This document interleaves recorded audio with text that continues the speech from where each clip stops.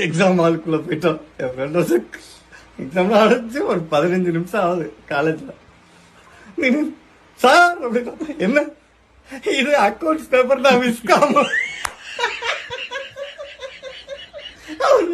இவ்வளவு நேரம் என்னடா பண்ணிருந்தா ரொம்ப நேரமா பார்த்தேன். நான் தான் சரியா படிக்கலையோ நினைச்சேன். 1/2 மணி நேரமா தவிக்கிறான். எங்க இதெல்லாம் வருது எல்லாரும் எழுதுறானுங்களே என் கண்ணுக்கு மட்டும் தெரிய மாட்டேங்குது.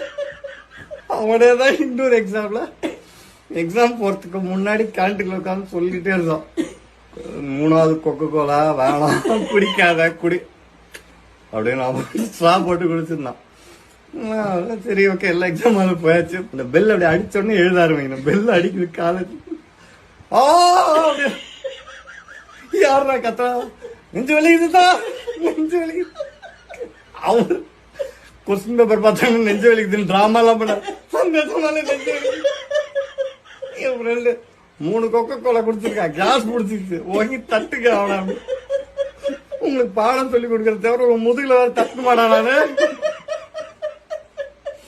நானு 4 தட்டி ஏப்ப விட்ட பிறகு தான் எக்ஸாமே எழுதிருக்கேன். ஏண்டா இவ்வளவு கஷ்டப்பட்டு எவ்வளவு போராடி எழுதுனே பாத்து 23 அப்படின்னா இதுக்கு நீ நெஞ்சு வலின்னு லீவ் போட்டே போயிருக்கலாம்.